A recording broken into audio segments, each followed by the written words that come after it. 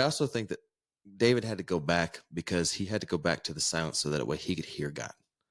He wanted to affirm that this was because he didn't. It's not that he didn't believe Samuel because Samuel was a man of God, but I think that's where David heard from God himself. And so I think he had to go back to the quiet at times. And we as men, we just want to trailblaze ahead. And when we trailblaze ahead, there's so much chaos that we sometimes forget that we heard God's promise, that we heard a word from God. And so when David went back out to the field, he was away from all of his brothers, all the negativity that was inside, because you can't tell me that he walked back into that house and everybody was like, yeah.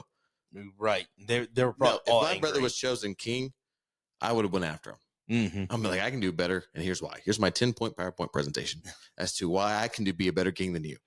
But so he had to leave, one, to celebrate, but the promise that God or that Samuel anointed on his life. But two, he needed to go back and just say thanks to God. And I think sometimes, I mean, it was the Petrie on Sunday, Sunday night, he did this message. If you guys don't know who I'm talking about, he came to the palace and he spoke on Sunday night, and he said, when we go back to God, God makes us whole. And he was like, when God cleansed the leopards, when he healed the leopard, they were all cleansed. He said, but the one that turned back to him was made whole. Right. And he was like, and if you never think about anything else, God can cleanse you of anything. But it's not until you realize that you need God that you turn back to that God that you're made whole.